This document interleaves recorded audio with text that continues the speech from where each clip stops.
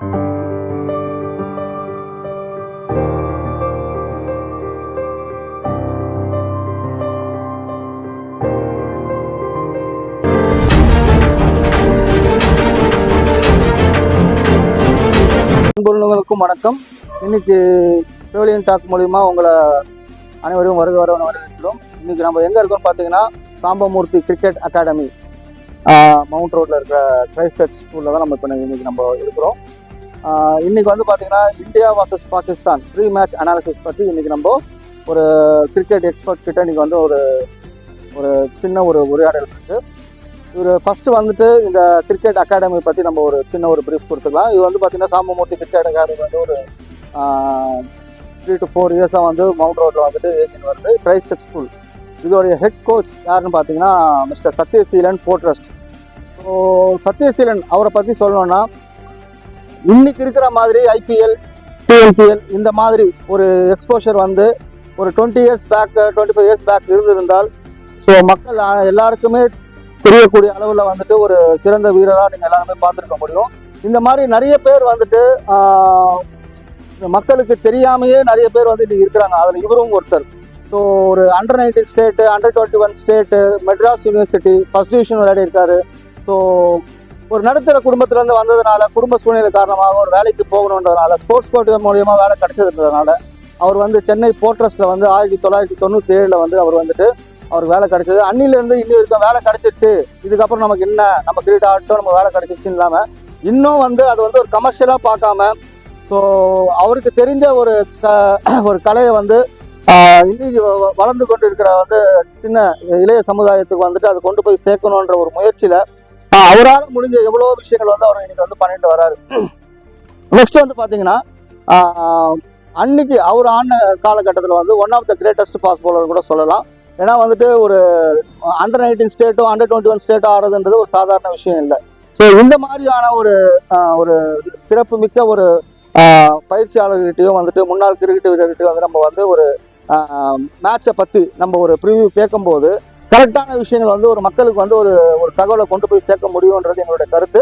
அவரோட முதற்கட்ட துவக்கமாக இன்னைக்கு நம்ம வந்து இந்த இடத்துக்கு வந்திருக்கிறோம். ஸோ மிஸ்டர் சத்யசீலன் அவர்களை அன்புடன் வரவேற்கிறோம்.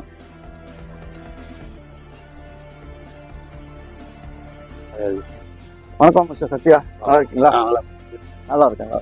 இதில் வந்து ரொம்ப எதிர்பார்க்க ஒரு மேட்ச் வந்து எல்லாருக்குமே, இங்கே மட்டும் கிடையாது உலகத்துக்கே வந்து ஒரு மேட்ச், எந்த மேட்ச்னா இந்தியா பாகிஸ்தான் மேட்ச் தான் கண்டிப்பாக. ஸோ இது வந்து 9th அன்னைக்கு வந்து நடக்குது Nassau County international stadium. So just உங்களுடைய கருத்து என்ன, மேட்ச் எப்படி இருக்கும்? நேற்றுக்கு வந்து படுதோல்வி அடைஞ்சாங்க, மேட்ச் பார்த்துருப்பீங்கன்னு நினைக்கிறேன். ஸோ சூப்பர் ஓவர் வரைக்கும் வந்துட்டு கூட கோட்டை விட்டுட்டாங்க. ஒரு பக்கம் பார்த்தா வருத்தம் அளிக்குது, இன்னொரு பக்கம் பார்த்தா நமக்கு வந்து ஒரு ஈஸியான ஒரு பெனிஃபிட்டாக தான் இருக்கும். ஸோ இது வந்து நமக்கு சாதகமா இருக்குமா இல்லைன்னா பாதகமா இருக்குமா? ஸோ அவங்க ஒன்றும் பவுன்ஸ் பேக்காக தான் வருவாங்க அவங்க கண்டிப்பா. இல்லை அவங்களுக்கு ஆக்சுவலாக பார்த்தா ப்ரெஷர், அவங்களுக்கு அன்எக்ஸ்பெக்டட் டிஃபிட்ல அது. ஆமா, அதை யாரும் எதிர்பார்க்கல, யூஎஸ் கிட்ட அவங்க உதப்படம் எதிர்பார்க்கல. பட் நல்லா யூஎஸ் நல்லா ஆடுறாங்க, நம்ம சும்மா அவங்களே சொல்ல கிடையாது, நல்லா பண்ணாங்க. இந்தியா பாகிஸ்தான் பொறுத்த வரைக்கும் அது நம்ம கேமா போதோட எமோஷன் ஆயிடுச்சு. அது எப்படின்னா நம்ம அப்போ வந்து பார்த்தோம் சார்ஜால ஆடுவாங்க, அப்போதுலேருந்தே அது அப்படி ஹைப் பண்ணிட்டாங்க. இப்போ நம்ம கேம்ல ப்ரெஷர் இருக்கு, இப்போ ஆடுறவங்க எவ்வளோ ப்ரெஷர் இருக்கு, பிளேயர்ஸ்க்கு எவ்வளோ ப்ரெஷர் இருக்கு. கண்டிப்பா கண்டிப்பா. இப்போ நம்ம பார்க்குறோம் நம்மளே வந்து நல்லா பார்ப்போம், எப்படி பார்க்குறோம், எல்லாம் கும்பலாக தான் ஃப்ரெண்ட்ஸோட பார்க்குறோம், அவ்வளோ ப்ரெஷர் இருக்கும் இந்த மேட்ச். இப்போ ஆடுறவங்க அவ்வளோ ப்ரெஷர் போட்டுடுறோம், அதை அவங்க ஹேண்டில் பண்ணோம். இப்போ இவங்களுக்கு பாத்தீங்கன்னா இந்த மேட்ச் தோத்ததால எக்ஸ்ட்ரா ப்ரெஷர் நமக்கு இல்ல. ஏன்னா நம்ம வந்து ஒரு விக்டரி ஆடுறோம், நம்மளுக்கு ஏதாவது டிஃபீட் ஆனா ஒரு சான்ஸ் இருக்கு. அவங்களுக்கு இல்ல டிஃபீட் ஆனா அவங்க டோர்னமெண்ட் வெளியே சூப்பர் ஹிட் வர முடியாது.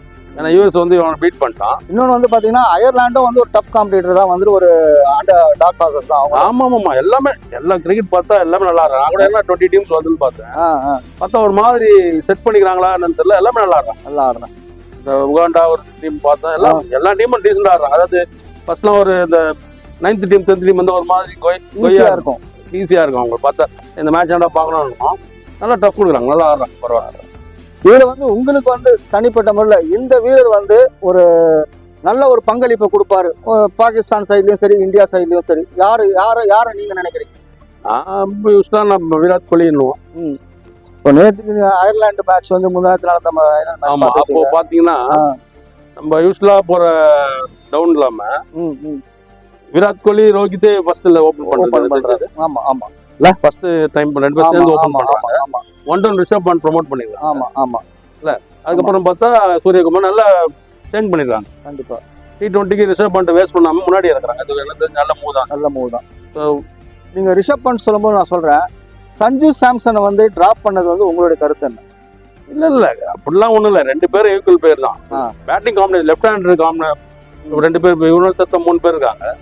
யாரு ரிஷப் பண்ட் அந்த சாம்சன் லெஃப்ட் ஹேண்டர்ல என்னன்னா SKY right hander left hander Dube ரெண்டு லெஃப்ட் ஹேண்டர் நம்ம மெயினா வேணும். ஓகேவா? ஏன்னா வந்துட்டு டெப்த் ஆர்டர்ஸ் வந்து பாத்தீங்கன்னா உங்களுக்கு இவன் இருக்கான், ஜடேஜாவும் அக்ஷர் பட்டேல் இருக்கான். நம்மளுக்கு மேல சொல்றோம். சோ ரெண்டு பேர் யார் ஆனாலும் ரெண்டு பேரும் ஈக்குவல் தான். இவன் ஆடலாம் அப்படி அது எனக்கு பாலிடிக்ஸா பாக்கூடாது. நம்ம ஒரு கேப்டன் மேனேஜ்மெண்ட் வந்து நம்ம அவன் பேப்பர் வந்து பெஸ்ட் 11 அதான் போடுவாங்க. கரெக்ட். ஓகேவா? அதுல வந்து நம்ம அவங்களோட பிளான் வேற இருக்கும். வெளியில இருந்து பாக்குறோம். வெளியில இருந்து பார்க்கும்போது நம்மளோட டீம் பிளான் வந்து வேற மாதிரி இருக்கும். அது நல்ல மூவ் ஆனது. ஓகே, அவன் நல்ல ஃபார்ம்ல இன்ஜுரில இருந்து நல்ல கம்பேக் வந்து பெரிய விஷயம்.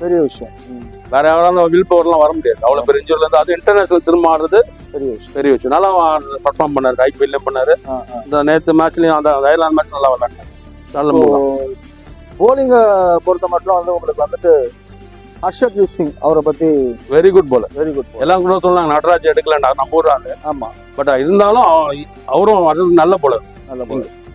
டெப்த் ஓவர்ஸ் வந்து போட நல்ல போலர். டெப்த் ஓவர்ஸ் ஏற்கனவே சரி, ஸ்விங் நல்லா ஸ்விங் பண்ற மூவ்மெண்ட் எல்லாமே நல்ல போலர்.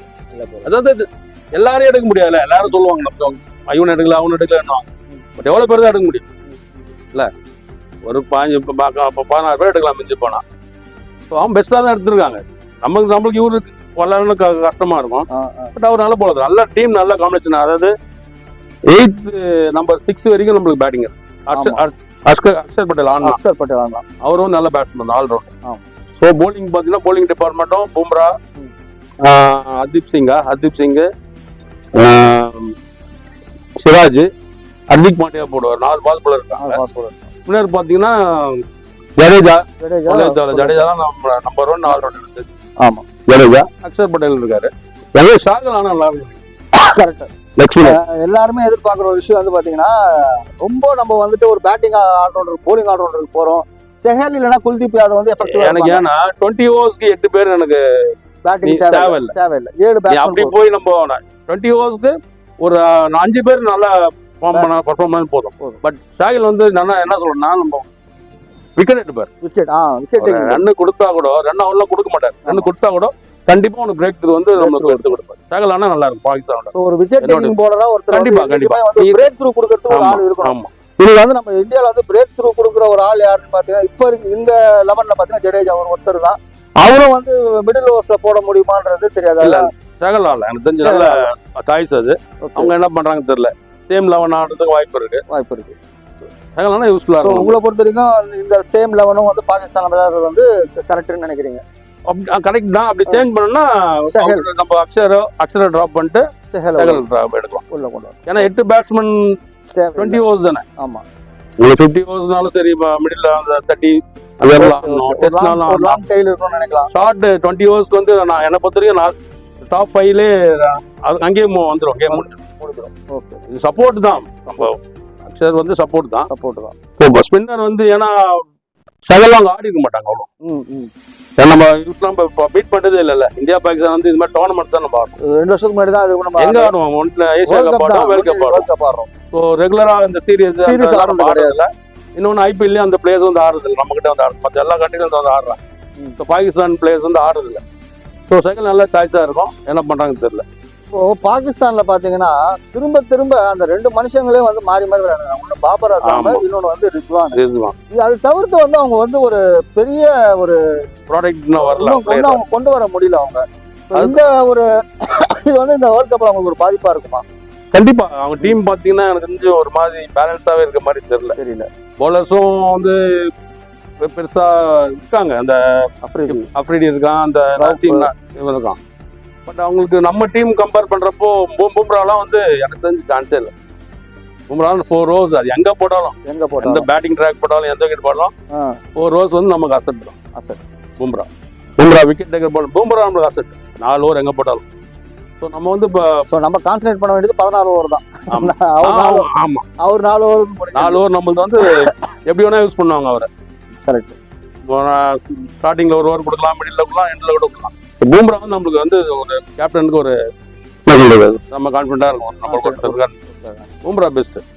அவங்க அந்த மாதிரி இல்ல, நீ சொன்ன மாதிரி பேட்டிங் வந்து பாத்தீங்கன்னா பாபர் அசாமும் ரிஸ்வான், அப்புறம் வந்து ஃபக்கர் ஜமான்ற வந்து ஓரளவுக்கு ஆடிட்டு இருக்காரு. நான் பேப்பர் பார்த்தா Indian team best team. Sathya இப்போ வந்து பாத்தீங்கன்னா இப்போ இந்த 9ஆம் தேதி மேட்ச் யார் வின் பண்ணுவாங்க, யார் கீ பிளேயரா இருப்பாங்க ஒரு டீம்லயும் உங்களுடைய பார்வையில வந்து யார் வின் பண்ணுவா? கன்வின்சிங் மேட்சா இருக்குமா, இல்ல அவுட் ரேட்டா இந்தியா வின் பண்ணுவாங்க? இந்த மாதிரி ஒரு உங்களுடைய கருத்து என்ன? என்னோட கருத்து வந்து நம்ம டீம் பொறுத்தவரை பார்த்தா பேட்டிங்ல பர்ஃபார்ம் பண்ணுவாங்க எல்லாருமே. சூரியகுமார் வந்து கொஞ்சம் கீ பிளேயர் இருப்பா என்னோட. ஏன்னா ரோஹித் இவங்களே முடிச்சாலும் இருக்கு உண்டு. ஆனா அந்த டைம்ல 10 ஓவர்ஸ்க்கு அப்புறம் ஒரு பேட்டிங் வந்துச்சுன்னா அந்த லாஸ்ட் 10 ஓவர்ஸோ 5 ஓவர்ஸோ வந்துச்சுன்னா அவர் கொஞ்சம் நல்லா ரோல் பண்ணுவார் நினைக்கிறேன். அடிக்கிற வாய்ப்பு இருக்கு. போலிங்ல பும்ரா தேவையில்ல. என்னோட இது அப்புறம் சாயல் சொன்னால அவர் வந்து கொஞ்சம் யூஸ்ஃபுல்லா இருப்பாரு. கொஞ்சம் நல்லா போறாரு அவர் அடிக்கிற டைம்ல. கூட மேட்ச் எல்லாம் பார்த்துருப்பேன். சும்மா இழுத்து போறாரு, அது பேட்டுக்கு போட மாட்டாரு. அதனால வாட்ச் பண்ண வெளியே வரணும். அவனை வந்து நல்லா போடுறாரு.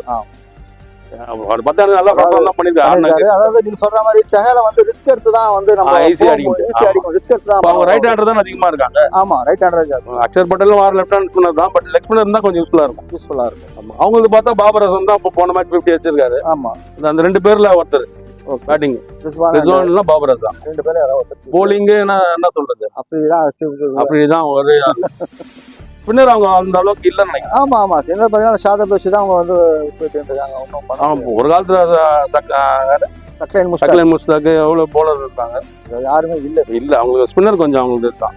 நம்மளுக்கு ஸ்பின்னர் அவங்களுக்கு இல்ல. கரெக்ட். அவங்க தோக்குறதுக்கு காரணம் தோணு இருக்கு. எல்லாமே பாஸ் போலர் வச்சுலாம் எல்லா விக்கெட்லயும் போட முடியாது. இந்தியா வந்து கன்வின்சிங்கா வின் பண்ணுவாங்களா, இல்ல இது க்ளோஸ் மேட்ச்லாம் இல்ல ஈஸியா வின் பண்ணலாம். க்ளோஸ் மேட்ச்லாம் இருக்காது. ஏன்னா அவங்க ப்ரெஷர் அண்டர் ப்ரெஷர் அவங்க. ஓகே, நம்ம வந்து ப்ரெஷர் இல்லாமல் ஜாலியாக ஆடுவாங்க. வின் பண்ணுறது 100% நம்ம வின் பண்ணணும். சூப்பர், நல்ல தகவலை சொல்லியிருக்கீங்க. உங்கள் கருத்து பிரகாரம் வந்து இந்தியா வந்து ஒரு கன்வின்சிங் தான். க்ளோஸ் மேட்ச் தான் ஆகும். ரொம்ப சந்தோஷம் மிஸ்டர் சத்யா. உங்கள் டைம் எங்களுக்காக வந்து ஒதுக்கி நாங்கள் கேட்ட கேள்விக்கு வந்து டக்குன்னு ஆன்சர் பண்ணது ரொம்ப நன்றி. ஸோ கண்டிப்பாக வந்து எங்களுடைய சேனல் சார்பாக உங்களுடைய இந்த கிரிக்கெட் அகாடமி வந்து 2 நெட்டாக இருக்கிறது 20 நெட்டாக வளரணுன்றது எங்களுடைய விஷயம். உங்க யூடியூப் சேனலுக்கு நன்றி.